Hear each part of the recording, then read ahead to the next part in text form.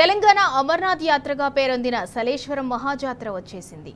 ఉగాది, శ్రీరామనవమి పర్వదినాల తర్వాత తొలి పౌర్ణమికి ఈ జాతర మొదలు కానుంది. చైత్ర పౌర్ణమి సందర్భంగా శుక్రవారం నుంచి 3 రోజుల పాటు జరిగే ఈ జాతరకు భక్తులు సిద్ధమవుతున్నారు. నల్లమల అడవుల్లో శివనామస్మరణలతో సాగే ఈ సాహస యాత్రకు తెలంగాణ నుంచే కాకుండా చుట్టుపక్కల రాష్ట్రాల నుంచి కూడా లక్షలాది మంది భక్తులు ఈ సలేశ్వరుని దర్శించుకోనున్నారు.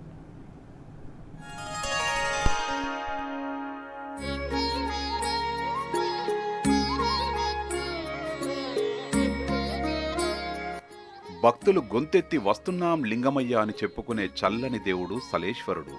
ఏడాదికి 3 రోజులు మాత్రమే జరిగే ఈ సలేశ్వరం జాతరకు చాలా విశిష్టత ఉంది.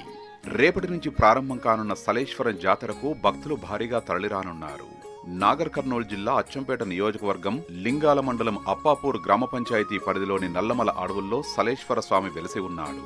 ఇక్కడకు చేరాలంటే కొండకోనలు, లోయలు ఎక్కుతూ దిగుతూ వెళ్లాల్సిందే. సలేశ్వరుడు వెలిసిన అటవీ ప్రాంతాన్ని శ్రీశైలం అడవులు అని కూడా పిలుస్తుంటారు. కాగా ఈ అడవులు తెలంగాణ రాష్ట్ర పరిధిలోకి వస్తాయి. ఈ ప్రాంతం అభయారణ్యం కావడంతో 3 రోజుల మినహా మిగతా ఏడాది మొత్తం ఇక్కడకు ప్రవేశం నిషేధం.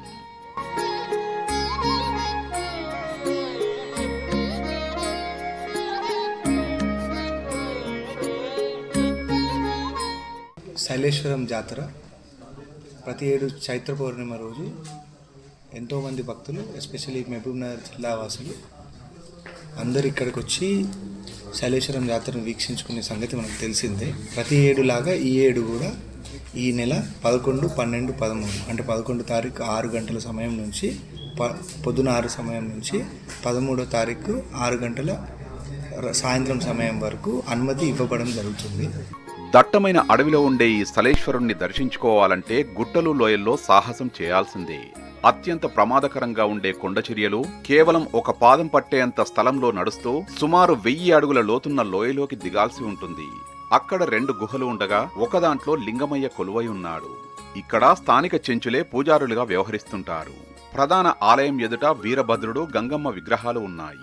2 కొండల మధ్య సుమారు 280 అడుగుల ఎత్తు నుంచి జాలువారే జలపాతంలో స్నానం చేస్తే సర్వ రోగాలు పోతాయని భక్తుల నమ్మకం.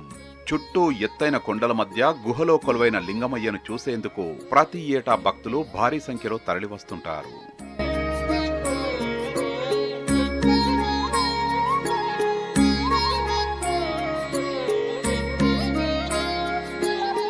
పదకొండవ తేదీ నాడు మా చెంచులు లింగమయ్య స్వామికి తెల్లవారుజామున లేచి అభిషేకాలు చేసి తమ సంస్కృతి సభకు సంబంధించిన నైవేద్యం సమర్పించి కార్యక్రమాలు స్టార్ట్ చేస్తారు.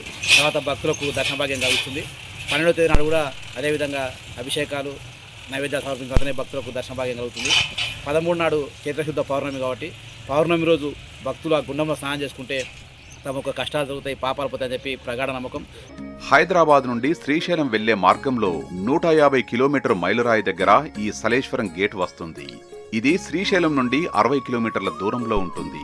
అక్కడి నుండి నల్లమల అడవిలో సుమారు 15 కిలోమీటర్లు మట్టిదారి గుండా వెళ్లాలి. ఈ దారిలో వాహనాలు కూడా వెళ్తుంటాయి. ఇలా వెళ్లిన తర్వాత నిజాం కాలం నాటి పాత భవనం ఉన్న ఫరహాబాద్ వస్తుంది.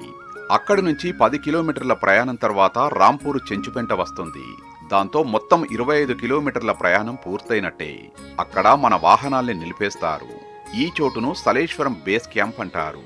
ఇక అక్కడి నుండి కొండలు, గుట్టలు, లోయలు, జలపాతాల్ని దాటుకుంటూ 5 కిలోమీటర్లు కాలినడకన వెళ్లాల్సి ఉంటుంది.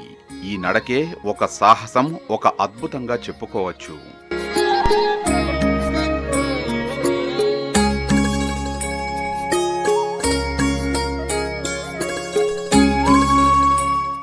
ఈ సలేశ్వర క్షేత్రం అనేటువంటిది దక్షిణ భారతదేశం లోపల అమర్నాథ్గా కీర్తింపబడ్డటువంటిది. ఎందుకొరకనంటే అమర్నాథ్ యాత్ర ఎంత వ్యయ ప్రయాసల కూర్చి అమర్నాథ్ యాత్రను ఎట్లయితే భక్తులందరూ కూడా చేస్తారో, ఈ సలేశ్వర క్షేత్రం లోపల కూడా శివుడి దర్శించుకోవడం అనేటువంటిది అత్యంత వ్యయ ప్రయాసల కూర్చినటువంటిది.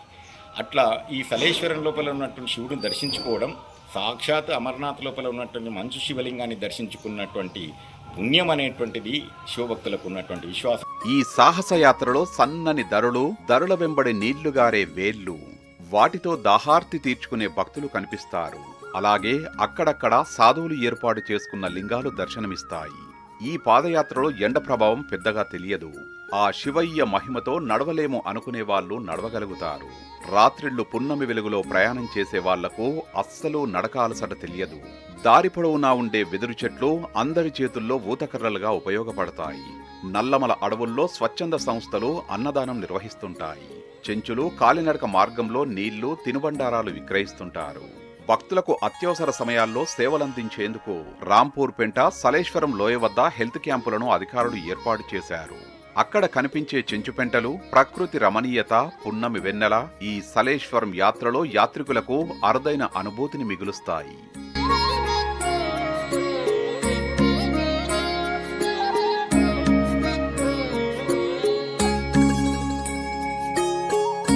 మూడు రోజుల పాటు జరిగే ఈ జాతర కోసం భక్తులు ముందుగానే ప్లాన్ చేసుకుంటుంటారు. ఎంత కష్టమైనా సరే ఆ శివయ్యను దర్శించుకొని తమ జన్మ సార్థకం చేసుకోవాలని ఉవ్విల్లూరుతుంటారు. ఒక్కసారి అక్కడి జలపాతంలో స్నానమాచరించి సర్వరోగాలను తొలగించుకోవాలని భావిస్తుంటారు.